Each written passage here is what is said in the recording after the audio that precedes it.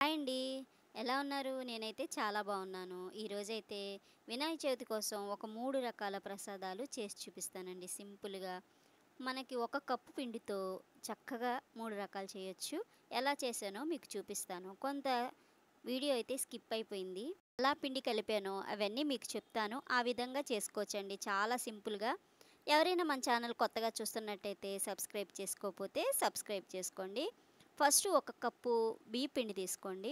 పొయ్యి మీద ఒక గిన్నె పెట్టేసుకొని, ఆ గిన్నెలో ఒక కప్పు ఏ కప్పు అయితే మనం బియ్య పిండి తీసుకున్నామో అదే కప్పుతో వాటర్ తీసుకోండి. వాటర్ తీసుకొని వాటర్ అందులో వేసేసుకొని కాస్త వేడెక్కనివ్వండి. దాంట్లో ఒక చిటికెడంతా ఉప్పు, కొంచెం బెల్లం వేసుకోండి. బెల్లం వేసుకుంటే టేస్ట్ చాలా బావుంటుంది. కొంచెం నీళ్ళు మరిగిన తర్వాత ఈ బియ్య పిండి మన కప్పుతో బియ్య పిండి అయితే వేసేసుకుందాం. బియ్య పిండి ఉండలు లేకుండా మెత్తగా సాఫ్ట్‌గా కలిపేసుకోండి. దాంట్లోకి కాస్త నెయ్యి కూడా వేసుకొని పక్కన పెట్టేసుకోండి. పక్కన పెట్టేసుకొని ఒక చిన్న బౌల్ వేసి పెట్టేసి పొయ్యి మీద దాంట్లోని ఒక చిన్న కప్పు బెల్లం వేసుకోండి. బెల్లం కరిగిన తర్వాత ఒక అరకప్పు కొబ్బరి పొడైనా, పచ్చి కొబ్బరి పొడైనా వేసేసుకొని ఇలా దగ్గరికయ్యేలా ఉండ చేసేసేయండి. అంటే కొబ్బరుండలాగా అయిపోవాలి. మనం ఈ పిండిని మెత్తగా సాఫ్ట్‌గా చేసేసుకొని, ఆ పిండిలో పెట్టేసుకొని ఇలా మోదిగల్లాగా తయారు చేసేసుకోండి. ఇంకొక మిక్సీ జార్ తీసుకోండి. మిక్సీ జార్‌లోకి ఒక 10 జీడిపప్పులు, అలాగే ఒక 10 కిస్మిస్‌లు, ఒక చిన్న బెల్లం ముక్క, 2 ఇలాచీ వేసేసి వాటిలో కూడా మిక్సీ పట్టేస్తే మెత్తగా పేస్ట్‌లాగా అయిపోతుంది. దాన్ని కూడా ఉండలు చేసేసుకొని రెడీగా పెట్టేసుకోండి. మనం ఎలాగా మన బియ్య పిండిని సాఫ్ట్‌గా చేసి పెట్టుకున్నాం కదండీ!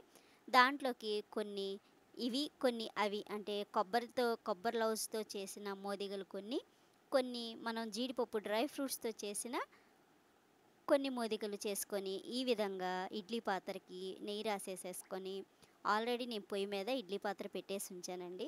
ఇంకా ఈ విధంగా పెట్టేసుకొని ఇవన్నీ తీసుకెళ్ళి 2 నిమిషాల పాటు కుక్ చేసుకుంటే మనకి మోదికలు రెడీ అయిపోయినాయండి. నాకు ఈ వీడియో మొత్తం స్కిప్ అయిపోయింది. ఇక నేను మీకు ఇలా చెప్తా ఉంటాను. చేసేసుకోవచ్చు. ఈజీ అండి. చాలా సింపుల్. త్వరగా కూడా అయిపోతుంది. 2 రకాలు ప్రసాదం కూడా రెడీ అయిపోయింది. ఇక ఇప్పుడు ఉండ్రాల పాయసం తయారు చేద్దామండి. ఉండ్రాల పాయసం అంటే మన వినాయకుడికి చాలా ప్రీతికరం కదండీ! సింపుల్‌గా చేసుకోవచ్చు. టేస్టీగా కూడా ఉంటుంది. చాలామంది పచ్చెనపప్పు వేస్తా ఉంటారు. నేనైతే పెసరపప్పుతో చేస్తానండి హెల్తీగా. మన పిల్లలు ఇష్టంగా కూడా తింటారండి. టేస్టీగా ఉంటుంది.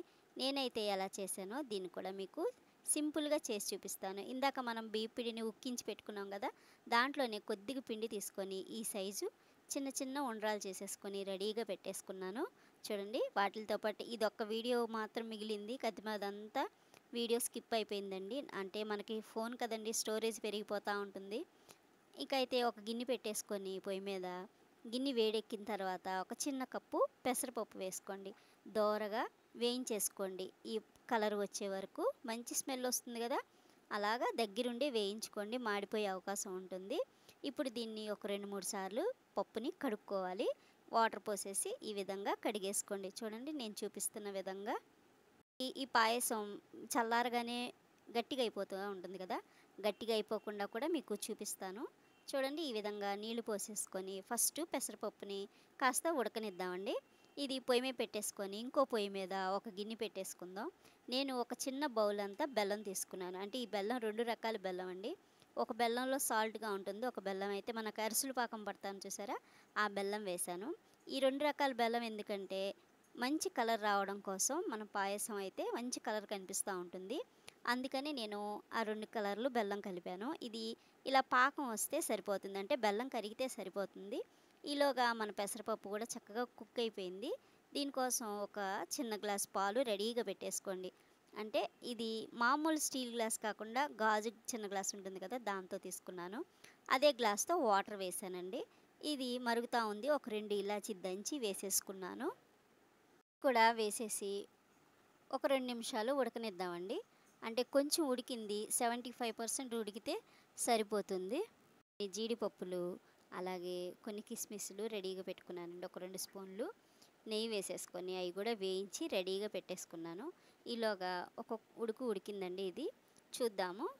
ఓ 2 పొంగులు వచ్చేసరికి పచ్చి కొబ్బరైనా, ఎండు కొబ్బరైనా ఒక 2 స్పూన్లు రెడీగా పెట్టేసుకోండి. ఇలా తురిమేసి ఈ కొబ్బరి వేసేసుకుందాం. నేను ఇందాక మనం కొబ్బరుండ కోసం మనం పెట్టిన దాంట్లోనే ఓ 2 స్పూన్లు కొబ్బరి పక్కన పెట్టుకున్నానండి. అది వేసేసి ఇది కూడా కాస్త కుక్ అయ్యేదాకా చూస్తామండి.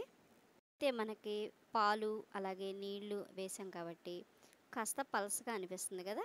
దీన్ని చిక్కగా కూడా చేసి చూపిస్తాను. మరీ చిక్కగా అవ్వదండి. మనం పొద్దున్నే నైవేద్యం పెట్టి మధ్యాహ్నం తినే వరకు కూడా ఇప్పుడు ఎలా చేసామో అలాగే ఉంటుంది. చూడండి, ఇక నేను ఈ ఉండ్రాలు చేసి పెట్టుకున్నాను కదండీ! అవి అందులో వేసేసుకొని ఒకసారి కలిపేసి ఒక 3 నిమిషాల పాటు దాన్ని కుక్ చేసుకోవాలి.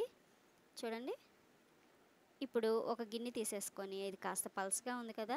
ఒక స్పూనున్నర బియ్యపు పిండి వేసుకున్నానండి. దాంట్లో కొంచెం వాటర్ వేసి ఉండలు లేకుండా కలిపేసి రెడీగా పెట్టేసుకోండి. ఇది ఒక 2 నిమిషాలు మనం ఉండ్రాలు వేసాం కదండీ! అవి ఉడకనివ్వాలి.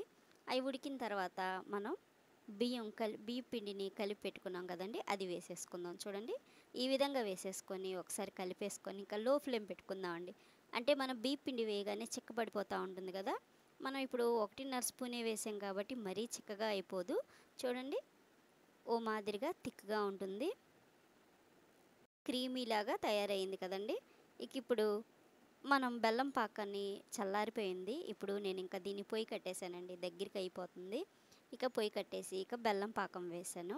ఈ బెల్లం పాకం కాస్త పలసగా ఉంది కాబట్టి అది మనకి ఎంత పలసగా కావాలో సరిపోతుంది. ఇప్పుడు దీన్ని ఒకసారి కలిపేసుకుందాం. మనం జీడిపప్పు, కిస్మిసు అలాగే వేయించి రెడీగా పెట్టుకున్నాం కదండీ! అది కూడా ఇందులో వేసేసుకుందాం. నేనిక పొయ్యి కట్టేసాను. చాలా ఈజీ అండి. సింపుల్‌గా అయిపోతుంది. పొద్దున్నే మనకి వినాయక చవితికి బయట మన పిల్లలు వినాయకుడికి రెడీ చేసేలోపు మనం ఈ 3 రకాల నైవేద్యాలు చేసుకోవచ్చు. అలాగో పరమాన్నం చేస్తాము, పులిహోర చేస్తాం కాబట్టి ఆటిలతో పాటు ఇవి ఒక 5 రకాలు అయిపోతాయి కదా! ఈ విధంగా మనం చేసి పెట్టచ్చు. ఈ వినాయకుడికి ఇష్టమైన శనగల తాలింపు ఇలా పెట్టేసి మనం పొద్దున్నే పూజకి రెడీ చేసేయొచ్చండి. సింపుల్‌గా అయిపోతుంది. ఒక కప్పుతో 3 రకాల స్వీట్ తయారు చేసేసాం కదా! మీరు కూడా ఈ విధంగా సింపుల్‌గా చేసేసి దేవునికి నైవేద్యంగా పెట్టేసేయండి. పాయసం రెడీ అయ్యేసరికి ఈ కుడుములు కూడా ఉడికిపోయినాయండి. ఇవి కూడా తీసి ప్లేట్ అవుట్ చేస్తాను. ఈ విధంగా నేను రెడీ చేసి పెట్టేశానండి. ఇక సింపుల్‌గా చేసాం కదండీ! ఇంకెందుకు ఆలస్యం, మీరు కూడా ట్రై చేసి టేస్ట్ చేయండి.